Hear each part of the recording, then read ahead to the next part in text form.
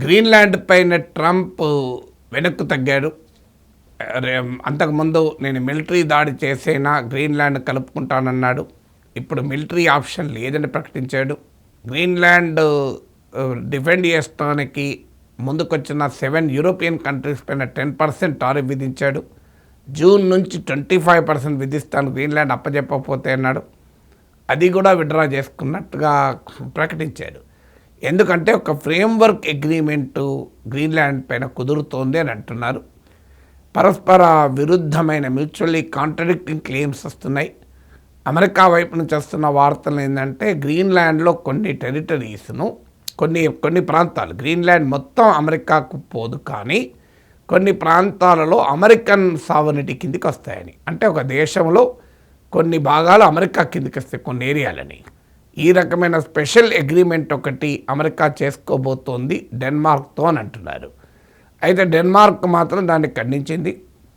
ఎట్టి పరిస్థితుల్లో దేశ సావర్నిటీ పైన కాంప్రమైజ్ లేదు అని ప్రకటించారు.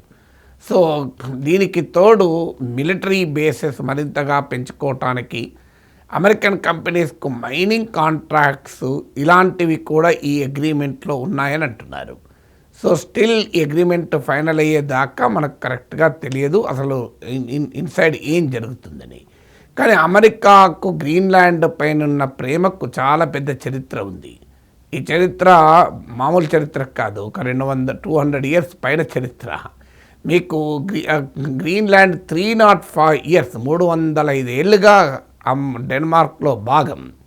అందులో మీకు 245 ఇయర్స్ నుంచి అమెరికా కన్నుబడింది గ్రీన్లాండ్ పైన. ఇలా Trump is not the first president. మొదటిసారిగా 1860స్లోనే అమెరికా గ్రీన్లాండ్ను కొనటానికి ముందుకొచ్చింది. అప్పుడు 1867లో అమెరికా రష్యా నుంచి అలాస్కా కొన్నది.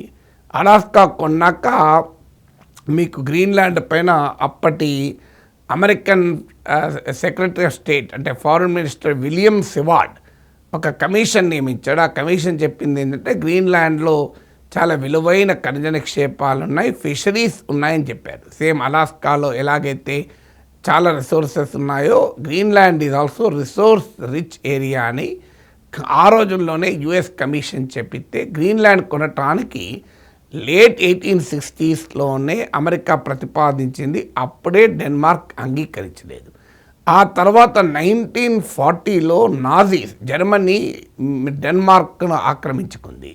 జర్మనీ డెన్మార్క్ను ఆక్రమించుకున్న తర్వాత గ్రీన్లాండ్ డెన్మార్క్లో భాగంగా ఉంది కనుక గ్రీన్లాండ్పై కూడా ఎక్కడ జర్మనీ అధికారం వస్తుందేమన్న అనుమానంతో అమెరికా గ్రీన్లాండ్ పైన తన అధికారాన్ని నిలిపింది.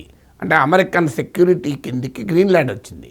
కొన్ని వాదనలు ఏంటంటే డేనిష్ ప్రతిపాదన మేరకే అమెరికా గ్రీన్లాండ్ సెక్యూరిటీ బాధ్యతలు తీసుకుంది అని.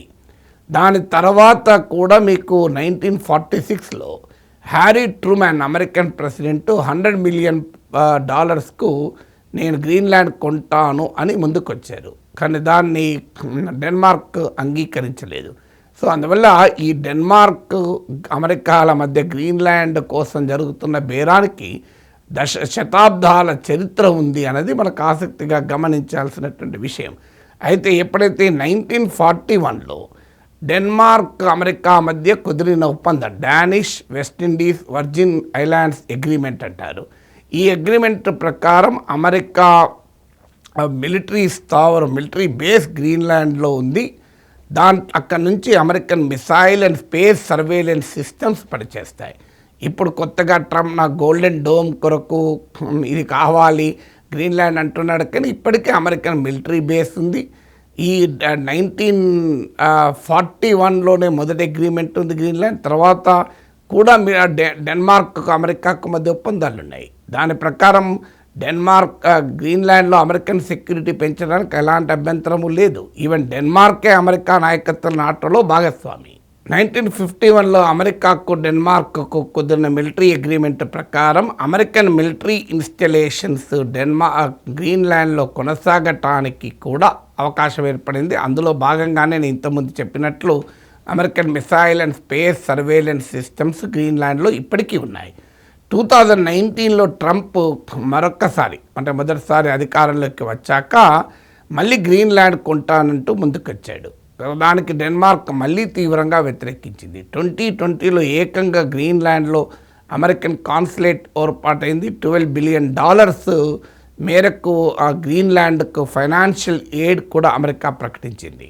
సో ఇలా గ్రీన్లాండ్ మళ్ళీ తర్వాత సెకండ్ టైం పవర్లోకి వచ్చిన వెంటనే తన వైస్ ప్రెసిడెంట్ జేడీ వ్యాన్స్ని గ్రీన్లాండ్ పంపించాడు. ఆ రకంగా గ్రీన్లాండ్ను తన కైవశం చేసుకుంటానంటూ మాట్లాడాడు. ఇప్పుడు అమెరికా చెప్తున్నది చైనా బూచి చూపెట్టి చైనా రష్యాలు గ్రీన్లాండ్ను కైవశం చేసుకుంటాయి, ఒకవేళ అమెరికా కిందికి రాకపోతే దీన్ని కాపాడలేమని. ఇటీవల డిగో గార్షియాతో కూడిన చాగోస్ ఐలాండ్స్ను యూకే తిరిగి మారిషస్కి ఇవ్వడాన్ని ఉదాహరణగా కూడా చెప్తున్నాడు. వాస్తవంగా చైనా ప్రయత్నాలను గ్రీన్లాండ్లోకి డెన్మార్కే రానివ్వలేదు.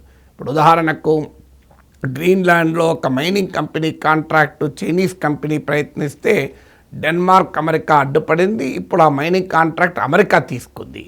అందువల్ల చైనా ఒక ఎయిర్ క్రాఫ్ట్ ప్రాజెక్టు గ్రీన్లాండ్లో చేపట్టాలని ప్రయత్నిస్తే డెన్మార్క్ అడ్డుపడింది. అది కూడా కంప్లీట్ కాలేదు. తిరిగి ఆ ప్రాజెక్ట్ను డెన్మార్కే ఫైనాన్స్ చేసింది. అందువల్ల చైనా ఎంటర్ కావాలని చూస్తున్నదనే కారణం చెప్పి అమెరికా గ్రీన్లాండ్ను తీసేసుకోవాలని చూడడంలో అర్థం లేదు. వాస్తవంగా చైనా ఎంట్రీ ప్రయత్నాలు డెన్మార్క్ అమెరికా కలిసే ఇప్పటిదాకా అడ్డుకుంటూ వచ్చాయి. అయితే గ్రీన్లాండ్లో ప్రజల్లో అత్యధిక మంది మేము డెన్మార్క్లోనే ఉంటాం తప్ప అమెరికాలో కలవమని దాదాపు గ్రీన్లాండ్ ప్రజలు చెప్తున్నారు. అయితే గ్రీన్లాండ్లో ఒక సెక్షన్ మాత్రం మేము డెన్మార్క్ నుంచి కూడా ఇండిపెండెంట్గా ఉండాలి అని కోరుకుంటున్నారు.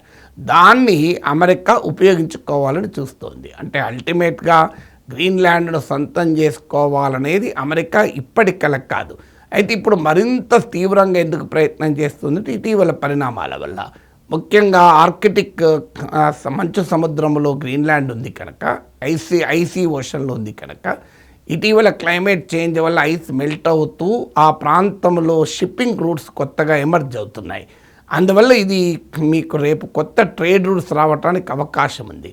అలాగే గ్రీన్లాండ్లో ఇప్పటి ఆధునిక ఇండస్ట్రీకి అవసరమైన రేర్ ఎర్త్స్ కూడా ఉన్నాయి కనుక అమెరికాకు ఆసక్తి ఉంది. ఇప్పటివరకు రేర్ సప్లైస్ ప్రపంచంలో 80% చైనా చేతుల్లో ఉంది.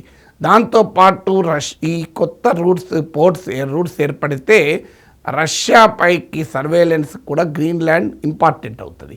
అందువల్ల మారిన పరిస్థితుల్లో మరింతగా గ్రీన్లాండ్ పైన అమెరికా కన్నేసింది.